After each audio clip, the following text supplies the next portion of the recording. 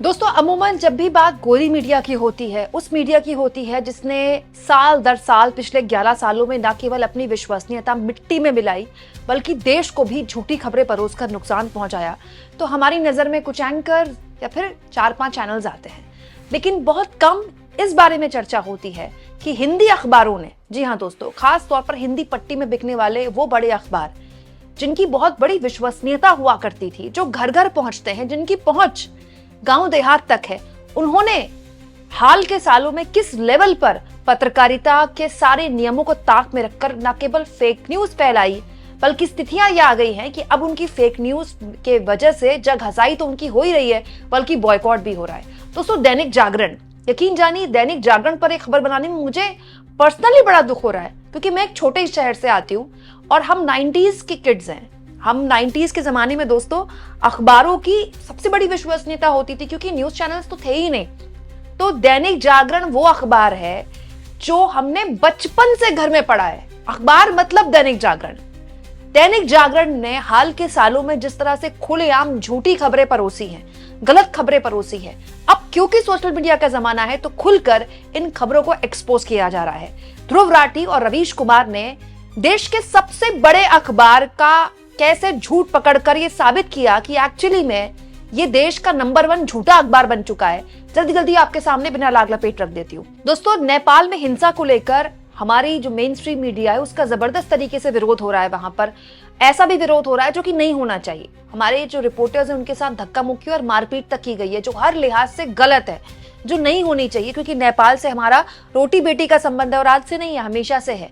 लेकिन नेपाल को लेकर देखिए दैनिक जागरण ने कितनी गलत खबर छापी है।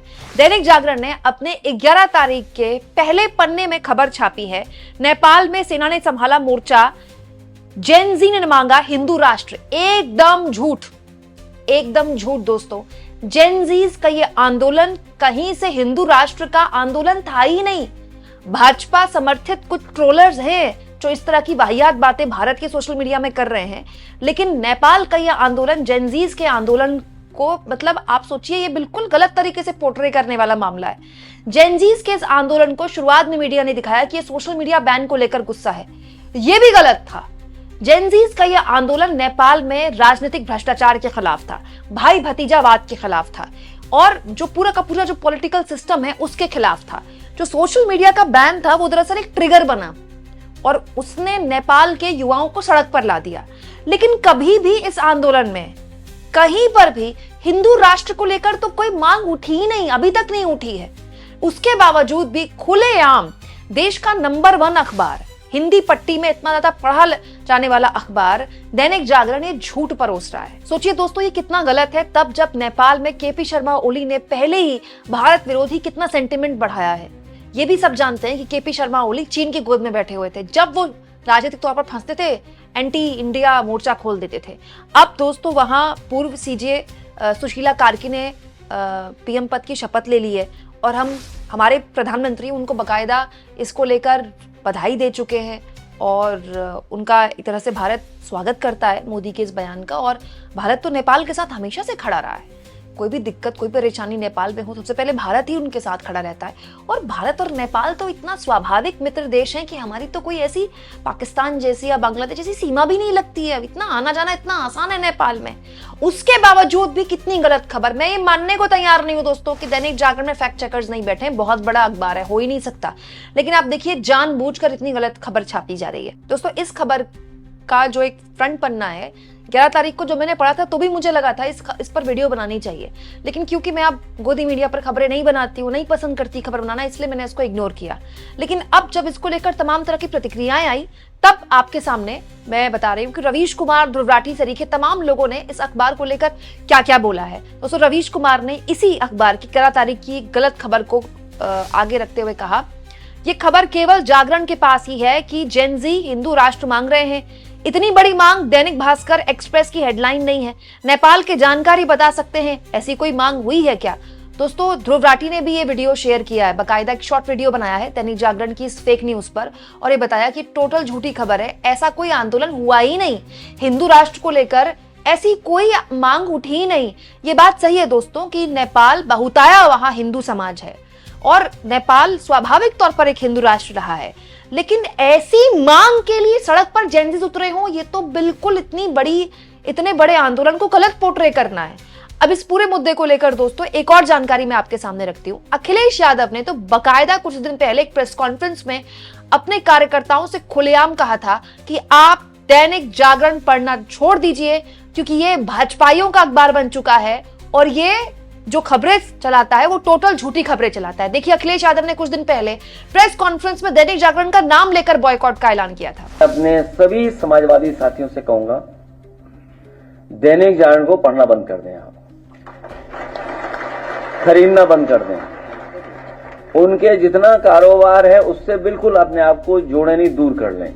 और अगर आपको दोस्तों ये लग रहा है कि दैनिक जागरण ने ऐसा पहली बार किया है, तो बिल्कुल नहीं। 2024 का लोकसभा चुनाव कितना महत्वपूर्ण था सब जानते हैं।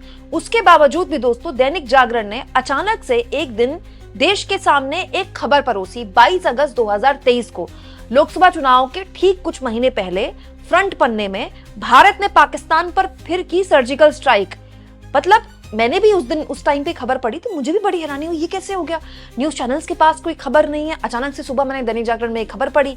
बकायदा दैनिक जागरण ने सारी डिटेल लिखी थी इसमें कि राजौरी पुंछ में एलओसी ने 2.5 किलोमीटर के अंदर जाकर आतंकवादियों के 4 लॉन्चिंग पैड तबाह कर दिए, 7 से 8 आतंकी ढेर हो गए, किस किस इलाके में किस तरह से कार्रवाई की गई, सब कुछ दैनिक जागरण ने बता दिया।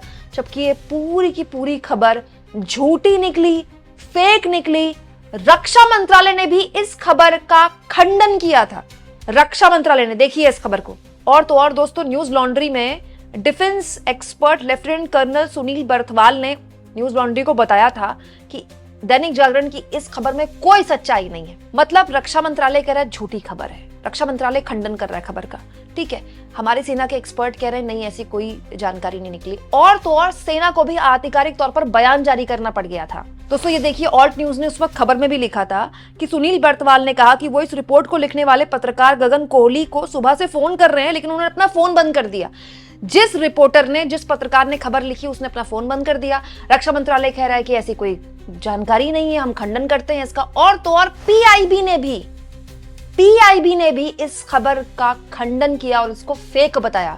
लेकिन क्या आप जानते हैं, दैनिक जागरण ने इस खबर के लिए देश से माफी तक नहीं मांगी। अब आप मुझे एक बात बताइए, गांव देहात में जहां अखबार ही एक माध्यम है और टीवी भी देखा जाता है, लेकिन अखबार क्या होता है ना दोस्तों, अखबार एक आदत होती है। रोज सुबह उठना है, अखबार खोलना है। आप चाहे पढ़े ना पढ़े, लेकिन पहला पन्ना तो आप देखते ही हैं, हेडलाइन पे तो आप नजर मारते ही हैं सारी सरसराहट से। और हिंदी अखबार पढ़ना तो और आसान होता है क्योंकि हमारी भाषा है हिंदी। अंग्रेजी में तो थोड़ा दिमाग लगाना पड़ता है क्योंकि अंग्रेजी हमारी भाषा नहीं है।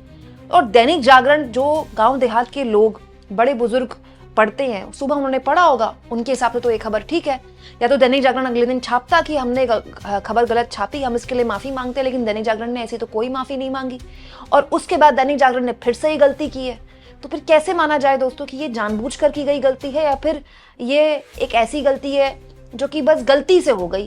दोस्तों अखबार के लिए तो ये कहा जाता है कि वहां गलती की गुंजाइश नहीं है, जो छप गया तो छप गया। टीवी में तो आप माफी मांग सकते हैं, खबर को पलट सकते हैं, कह सकते हैं कि रिपोर्टर ने गलत खबर दी, अब हम आपको जानकारी देते हैं। यूट्यूब में भी आप खबर को बदल सकते हैं कि मैं एक वीडियो बना दी, मुझे लगा खबर गलत है, मैं उस वीडियो को डिलीट कर दूं या फिर दूसरी वीडियो बनाकर आपको बताऊं कि मैंने आपको ये जानकारी दी थी, ये गलत थी, मैं आपसे माफी मांगती हूँ।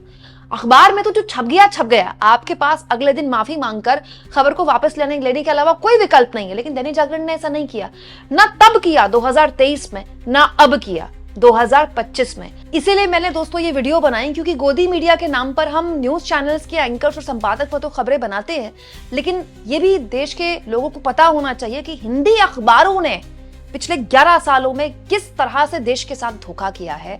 खुले आम गलत खबरें परोसी हैं, ऐसी खबरें परोसी हैं जो एक पार्टी, एक नेता और उनके नैरेटिव को सूट करती हैं। आप इस मुद्दे पर क्या सोचते हैं? कमेंट बॉक्स में जरूर लिखें और जितना हो सके चैनल को शेयर करें, सब्सक्राइब करें और थैंक्स और ज्वाइन के ऑप्शन से अगर आप चाहें तो कुछ आर्थिक मदद भी चैनल की जरूर करें।